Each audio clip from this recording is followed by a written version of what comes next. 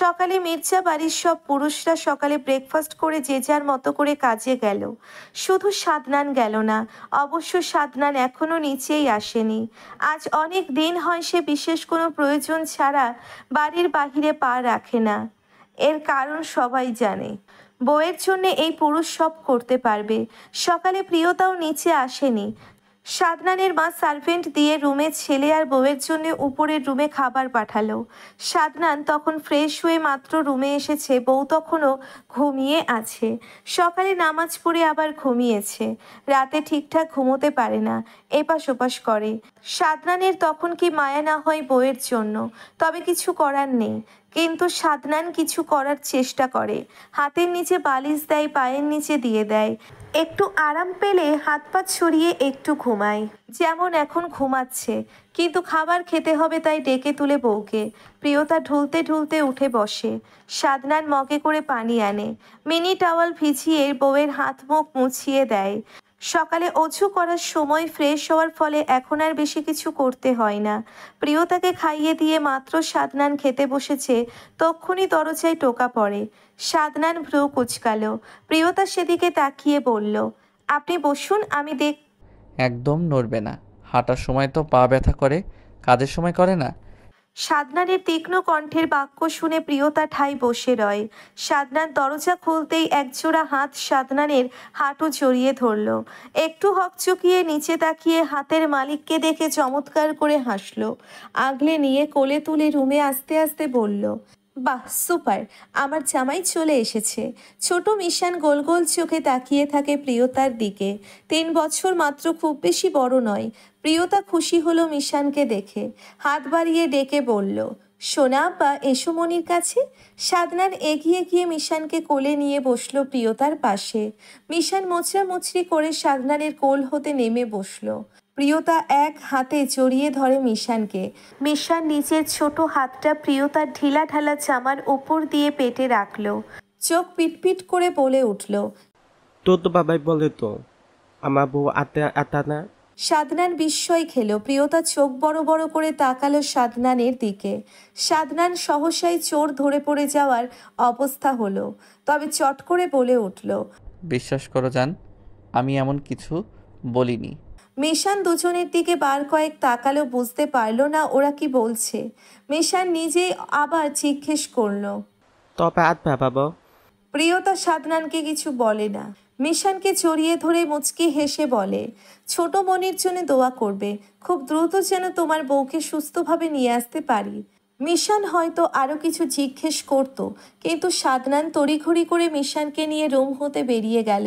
বেচারা তখন আবার কি বলে বউয়ের কাছে, তারপর দেখা যাবে বউ বেলুনের ন্যায় ফুলে থাকবে। নিচে এসে সাদনান সবার সাথে সাক্ষাৎ করলো। শুক্রবার আজ কবির তিন্নি এসেছে, মার্শাও এসেছে, আয়ান আসেনি। তবে সন্ধ্যায় এসে বউ আর ছেলেকে নিয়ে ঠিক বাড়ি ফিরে যাবে। প্রিয়তা গুটিসুটি মেরে শুয়ে আছে সাদনানের বুকে। সাদনান বউয়ের পেটের উপর নিজের একটা হাত রেখে বসে আছে। অনেকটা সময় হয় এভাবে বসে আছে সাদনান।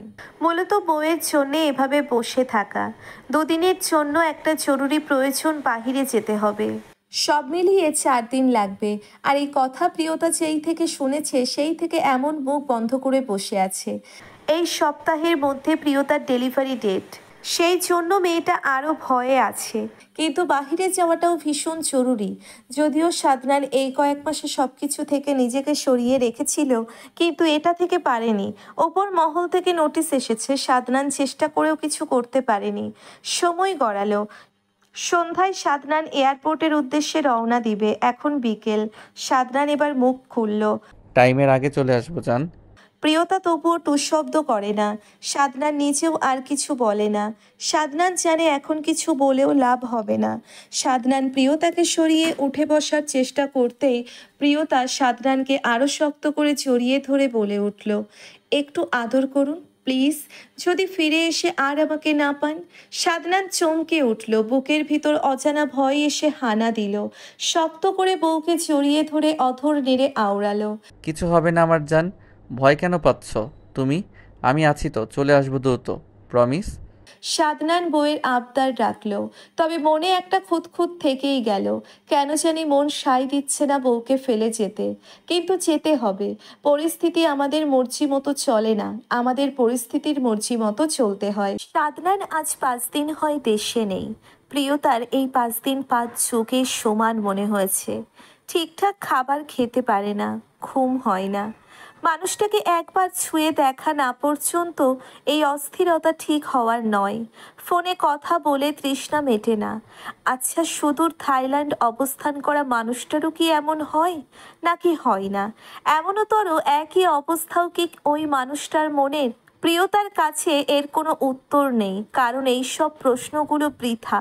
কারণ মন্ত্রী সাদনান কেমন সেটা ওর থেকে ভালো কেউ জানে না। মানুষটা নিশ্চয়ই ওর থেকেও বেশি তৃষ্ণার্ত। আজ বাড়িতে অনেক মানুষ, শুধু এই একটা মানুষ নেই। অবশ্য ঘন্টা খানেকের মধ্যে এসে মির্জা বাড়ি পৌঁছে যাবে বলে শুনেছে প্রিয়তা। রিধি ওয়াসিদ এসেছে ওদের 1.5 বছরের বাচ্চা রুহিকে নিয়ে। মাইশা আয়ান এসেছে 4 বছরের ছেলে মিশানকে নিয়ে। তিন্নি কবির এসেছে ওদের 2.5 বছরের ছেলে তুরাককে নিয়ে। বাড়ি ভর্তি মানুষ। বেশ বড়সড় করে অনুষ্ঠান হচ্ছে। সেটাও রাহান আর সারার বৌভাতের অনুষ্ঠান। রাহান তখন বউয়ের জন্য কিছু না করতে পারলে সামর্থ্য হওয়ার পর ঠিকই করছে। ভালোবাসা যেন দুজনের মাঝে এক রত্তির কমেনি, বরং বেড়েছে। আজম মির্জা এখন এসব দেখে শান্তি পায়। ছেলের ওপর গর্ববোধ হয় বোনের জন্যে। ছেলে তার একদম পারফেক্ট পাত্র চুজ করেছে। মাঝখানে তিনি কি বাগারটাই না দিয়েছিলেন। প্রিয়তা নিচে একটা ঘরে থাকে এখন।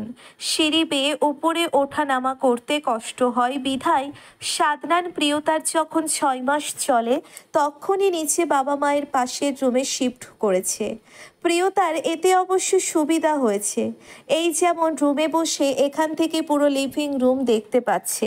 সালেহা বেগম বলে গিয়েছে একটু পর এসে ওকে শাড়ি পরিয়ে দিবে, তাই বসে বসে অপেক্ষা করছে। প্রিয়তা অনেকক্ষণ হয় বসে আছে। শরীর কেমন অস্থির লাগছে, তাই শোয়ার জন্যে প্রস্তুতি নিতেই রুমে হন্তদন্ত হয়ে রোজিনা বেগম প্রবেশ করল। হাতের শাড়ি প্রিয়তার দিকে এক পলক তাকিয়ে শাড়ির ভাঁজ খুলতে খুলতে ব্যস্ত কণ্ঠে বলে উঠল, তুই একটু কষ্ট করে দাঁড়িয়ে পড় প্রিয়, তোর শাশুড়ি ভীষণ ব্যস্ত, তাই আমি এলাম। প্রিয়তা মৃদু হাসল। পেটে চিনচিন ব্যথা হচ্ছে, কিন্তু সেসব পাত্তা দিল না। রোজিনা বেগমের কাছ থেকে শাড়ির সব প্রয়োজনীয় জিনিস নিয়ে ওয়াশরুমের দিকে পা বাড়ালো। টুইন বেবি হওয়ায় পেটটা একটু বেশি বড়, তাই চলাফেরা করতে যথেষ্ট কষ্ট হয়। প্রিয়তা ওয়াশরুম হতে বেরিয়ে এলে রোজিনা বেগম শাড়ি পরিয়ে দিয়ে তাড়াহুড়ো করে চলে যাচ্ছিল, কিন্তু হঠাৎ কিছু পড়ে যাওয়ার শব্দে পেছনে ফিরে দেখতে পেল প্রিয়তা ড্রেসিং টেবিলের সামনে চেয়ার ধরে দাঁড়িয়ে আছে আর নিচে একটা কিছু পড়ে আছে। দেখে বোঝা যাচ্ছে প্রিয়তা ঠিক নেই, হয়তো পড়ে যাচ্ছিল চেয়ার ধরে নিজেকে সামলে নিয়েছে। রোজিনা বেগম আঁতকে উঠলেন। বুকের ভিতর ভয় এসে হানা দিল। কিছুটা দৌড়ে গিয়ে প্রিয়তাকে ধরল। বিছানায় নিয়ে বসাতে বসাতে বিচলিত কণ্ঠে জিজ্ঞেস করলো, কি হয়েছে? শরীর খারাপ লাগছে? প্রিয়তা কোনো জবাব দিতে পারল না। শরীর ঘামছে, কেমন অস্থির অস্থির করছে। রোজিনা বেগম তৎক্ষণাৎ জোরে জোরে সবাইকে ডাকতে লাগলো। প্রিয়তা বার কয়েক জোরে জোরে শ্বাস টেনে হাঁপিয়ে হাঁপিয়ে বলল, পেটে ব্যথা হচ্ছে ভীষণ সকাল থেকে। আর কিছু বলতে পারল না, চুপ করে ঠোঁট কামড়ে ধরে চুপ করে গেল। সবাই ততক্ষণে এসে ভিড় জমিয়েছে। কোনো পুরুষ রুমে এলো না। সালেহা বেগম, সুফিয়া বেগম সহ কাজের লোকের সাহায্যে প্রিয়তাকে গাড়ি পর্যন্ত নেওয়া হলো। এতক্ষণ রমরমা করা পরিবেশ কেমন থমথমে হয়ে গেল। এয়ারপোর্ট থেকে বেরিয়ে সাদনান নিজের জন্যে বরাদ্দকৃত গাড়িতে বসে গেল। আজ 5 দিন 1 রাতেও ঠিকমতো ঘুমাতে পারেনি। 5 দিন 5 বছরের মতন হয়েছে। সময় যেন পার হচ্ছে না। এত দীর্ঘ সময় সে কখনো বইয়ের এমন অবস্থায় বইয়ের থেকে দূরে সে কিছুতেই থাকতো না। শুধু জরুরি প্রয়োজন বিধায় থাকতে বাধ্য হয়েছে। যদিও প্রয়োজনটা নিজেরই। প্রাক্তন এমপি যে নিজে সুইসাইড করেছে আর খারাপ ছিল তার কিছু প্রমাণ এখান থেকে সংগ্রহ করেছে, সে সেই জন্য এখানে থাকতে হয়েছে। কোর্টে যে কেসটা চলছে তা লাস্ট শুনানিতে এই প্রমাণগুলো প্রয়োজন। সাদনান জানে এই প্রমাণগুলো কোর্টে একবার পেশ করতে পারলে খেল খতম। গাড়ি চলছে মির্জাবাড়ির উদ্দেশ্যে। সাদনান চোখ বন্ধ করে গাড়িতে বসেছিল, চোখে ঘুম প্রচুর। বাড়িতে গিয়ে বউকে জড়িয়ে ধরে লম্বা একটা ঘুম দিতে হবে, নয়তো মনের মধ্যে যে বউকে এতদিন ছুতে না পারার তৃষ্ণা কিছুতেই মিটবে না। সাদনানের চোখ বুজে থাকা অবস্থায় পাশের সিটে ফোনটা সশব্দে বেজে উঠল। সাদনানের পার্সোনাল অ্যাসিস্ট্যান্ট সাদনানের দিকে একবার সামনের সিট হতে মাথা ঘুরিয়ে পেছন ফিরে তাকালো। সাদনান চোখ খুলে দেখলো সেদিকে একবার, পরপরই ফোনটা হাতে নিয়ে দেখলো রাহান কল করেছে। সাদনান ভ্রু কুচকালো। আধা ঘন্টা আগে এয়ারপোর্ট হতে বেরিয়ে কথা বলেছে ওর সাথে, আবার কেন ফোন করেছে বুঝতে পারল না। ভ্রু চোরা কিঞ্চিত পরিমাণ কুচকে ফোনটা রিসিভ করে কানে তুলে কিছু বলার আগেই রাহান ওপাশ থেকে চিন্তিত কণ্ঠে বলে উঠল, আমরা উপজেলা চলে এসেছি ভাবিকে নিয়ে, তুই আসবি? রাহানের পুরো কথা শুনল না সাদনান, কিছু মাথায় এলো না, শুধু ভাবলো বউ ঠিক আছে তো। এতক্ষণ গম্ভীর হয়ে বসে থাকা পুরুষটার মুখ কেমন চিন্তিত দেখাচ্ছে। গাড়িতে এসি, তারপরও কপালে বিন্দু বিন্দু ঘামে চিকচিক করছে। কোনো রকম ঠোঁটজোড়া নেড়ে রাহানকে কথা সম্পূর্ণ করতে না দিয়ে নিজেই জিজ্ঞেস করলো, এখন কোথায় ও? ঠিক আছে? ওটিতে নিয়ে যাওয়া হয়েছে, মনে হচ্ছে ফোনটা ওটিতে দিয়ে আয়। কিন্তু চুপ, আমি যা বলছি তা কর। 15 মিনিটের মধ্যে আমি হসপিটালে পৌঁছাচ্ছি। রাহান সাদনানের এক ধমকে চুপ হয়ে গেল। ডক্টর তাসলিমা রাউন্ড শেষ হয়েছে, ওটিতে চাচ্ছিল। রাহান ওনাকে ডেকে সাদনানের কথা জানালো। ডক্টর তাসলিমা বারণ করলো না। একজন আয়ার হাতে ফোনটা ভিডিও কলে দিয়ে বাহিরে দাঁড়িয়ে রইল রাহান।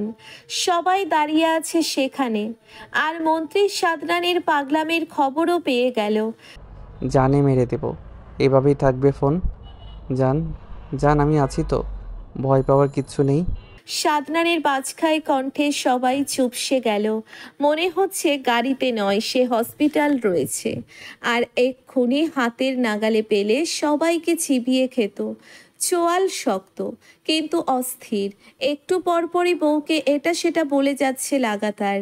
আর হঠাৎ রেগে যাওয়ার কারণ হচ্ছে একজন অ্যানেস্থেশিয়া, তিনি সাদনানকে ঠিক চিনতে পারেনি, আর সেই জন্য রোগীকে অজ্ঞান হওয়ার ইনজেকশন দেওয়ার পর তিনি কল কাটার কথা বলেছেন। এতেই সাদনান রেগে বোম। আয়া ফোন সেভাবেই ধরে স্থির হয়ে দাঁড়িয়ে রইল। ডক্টর তাসলিমা আর কিছু বলতে পারল না। প্রিয়তা ব্যথায় ছটফট করছে। সাদনানের কথায় কাতর কণ্ঠে বলল, প্লিজ আপনি শান্ত হন আর কলটা রাখুন। সাদনান প্রিয়তার কথা পাত্তা দেয় না। ডক্টর তাসলিমাকে উদ্দেশ্য করে বলে উঠল, ওর যেন কিচ্ছু না হয়, আই সোয়ার। ওর কিছু হলে হসপিটালে আমি চায়ের দোকান বানিয়ে দেব। হুমকিটা ছিল বড়ই অদ্ভুত। হয়তো পরিস্থিতি স্বাভাবিক হলে এতক্ষণে এখানে হাসির বন্যা বয়ে যেত, কিন্তু পরিস্থিতি ভিন্ন হওয়ায় এই হুমকিটা সবার কাছে ভয়ঙ্কর মনে হলো। এর মধ্যে বাইরে কিছুটা শোরগোলের আওয়াজ শোনা গেল। প্রিয়তা নিভু নিভু চোখে একবার মাথাটা কাত করে আয়ার হাতের ফোনটার দিকে তাকালো। ওই তো সফেদা রঙের পাঞ্জাবি গায়ে উস্কো খুস্কো চুল সহ অস্থির আর চিন্তিত মানুষটা নজরে এলো। হসপিটালে পৌঁছে গেছে, এই মুহূর্তে ওটির বাহিরে অবস্থান করছে। প্রিয়তার ব্যথিত শরীর না চাইতেও ঠোঁটের কোণায় হাসি খেলে গেল, আর সেই সাথে চোখ জোড়াও বন্ধ হয়ে গেল। সাদনান বসে আছে বউয়ের পাশে একটা টুলে। অনেকক্ষণ হয় প্রিয়তাকে কেবিনে দেওয়া হয়েছে। জ্ঞান ফিরতে একটু সময় লাগবে জানিয়েছেন ডক্টর, তবে সন্ধ্যার আগেই ফিরতে পারে এরকমটাও আশ্বাস দিয়েছে। শরীর বেশ দুর্বল, রক্ত দিতে হয়েছে 2 ব্যাগ। রক্ত লাগবে সেটা ডক্টর আগে থেকেই জানিয়ে রেখেছিল, সেই জন্যে কোনো ঝামেলা হয়নি। এক ব্যাগ আয়ান দিয়েছে।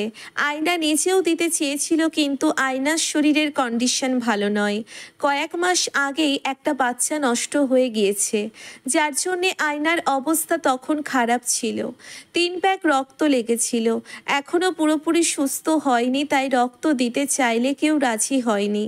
কবিরের থেকে নিয়েছে আরও 1 ব্যাগ, যদিও কবিরকে কেউ বলেনি। কবির নিজ ইচ্ছাই দিয়েছে।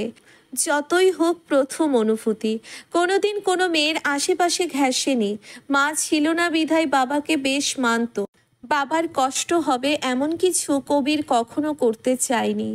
যখন প্রিয়তার সাথে বিয়ের কথা হলো, তাই কবির কোনোরূপ ভাবনা চিন্তা করলো না। বাবার উপর বরাবরই বিশ্বাস সাথে সম্মান করত বাবার সব ডিসিশনকে। তাই বিয়ের কথাবার্তা চলাকালীন সময় কবিরের প্রিয়তার প্রতি একটা অনুভূতি ছিল। যদিও কবির প্রিয়তাকে দেখেনি, তবে সব জল্পনা কল্পনা প্রিয়তাকে ঘিরেই শুরু হয়েছিল। কিন্তু এখন সেসব কিছুই নেই। এখন সব বউয়ের আর নিজের একমাত্র ছেলে তুরাগের জন্য। সন্ধ্যায় প্রায় হয়ে এসেছে। হসপিটালে সাদনান ছাড়াও প্রিয়তার মা, সাদনানের মা আর আয়ান রয়েছে। আর বাকিরা সবাই বেবি দেখে চলে গিয়েছে। বাড়িতে এত বড় একটা অনুষ্ঠান, তাই ওখানে থাকাটাও জরুরি। কিন্তু সবাই রাতে আসবে জানিয়েছে, কিন্তু সাদনান বারণ করছে। বউ সে সকালেই বাড়ি নিয়ে যাবে, কিন্তু ডক্টর তাসলিমা বুঝিয়ে সুঝিয়ে 3 দিন থেকে যাওয়ার কথা বলেছে, নয়তো সমস্যা হতে পারে। তাছাড়া মেয়ে বাবুটা ভূপৃষ্ঠ হওয়ার পর কান্না করেনি। অবস্থা খারাপ দেখে মেয়ে বাবুটাকে 24 ঘন্টা অবজারভেশনে রাখতে হবে।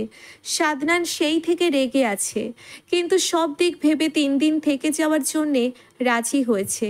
তার জন্যে আলাদা কেবিন বরাদ্দ করা হয়েছে, কিন্তু সে ওই কেবিনের আশেপাশে যায়নি। বউকে কেবিনে দেওয়ার পর সেই যে এখানে এসে বসে, এখনও এখানেই বসে আছে। সালেহা বেগম আর মিতা সওদাগর ওই কেবিনে রয়েছে বর্তমানে, আর ছেলে বাবুটা ওনাদের সাথে রয়েছে। মেয়ে বাবুটাকে কাল সকালে মায়ের সাথে দেওয়া হবে। সাদনান এই সবই ভাবছিল, কিন্তু হঠাৎ শুনতে পেল কেবিনে কেউ নক করছে। সাদনান গম্ভীর কণ্ঠে জিজ্ঞেস করল,